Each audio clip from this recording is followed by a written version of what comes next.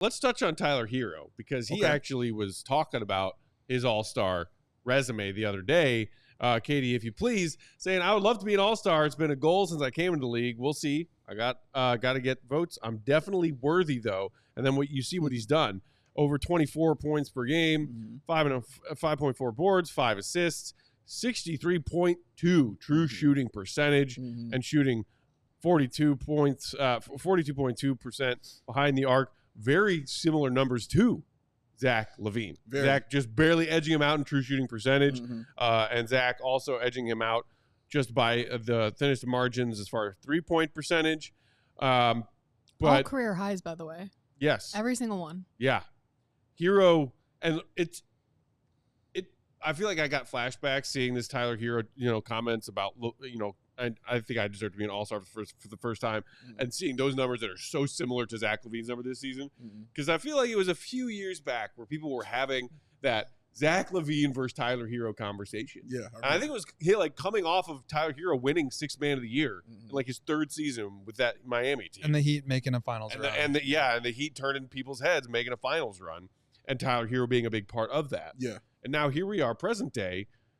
He's playing well and talking a big game, and very likely could be one of those names in Zach LaVine's way of Zach LaVine making an all-star team. Yeah, I mean, he's been clicking. He's been playing really well for them, and they need him to. Clickety-clacking? Clickety-clacking, Mac, and snickety-snapping. Woozy and Wazzy and out there on the floor. He's been really solid for them. I think what hurts him is the fact that he's not the best player on the team.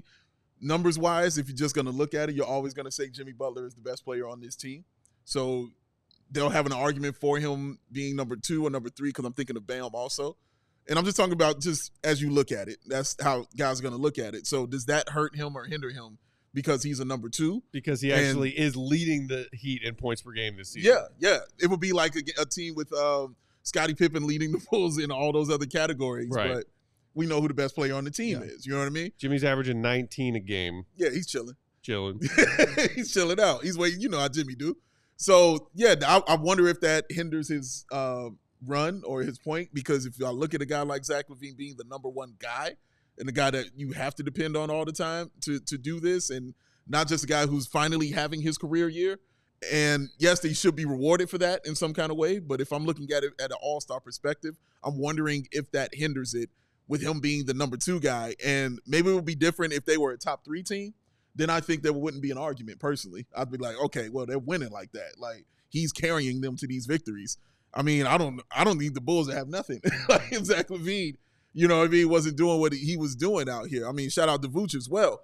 But Zach, man, I mean, 4 wins. Like that's how I see it, with this team without a guy like Zach LaVine on it, man. But it's an interesting, I can hear both arguments for it, though, for sure, because Tyler Herro has been great.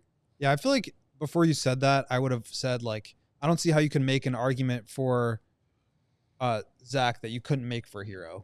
Plus, he's got the winning team, right? Like, his team is better. But I think that's an interesting point about him just not being the guy on his squad. And obviously, Jimmy and Bam could both be in that same conversation. Jimmy has missed some time, so that would be tough. And obviously, he and Bam are front court players. So that'll be interesting. But I think Cade is, like, kind of a lock to get in there at this point, too. 24 points, 7 rebounds, and 9.5 assists. Pretty good. And they have the same record as the Bulls. And, like, good. none of that's happening without Cade. So I just feel like, again, not saying Zach will or won't get in. He's obviously playing at that level, but there's just so many good guards. We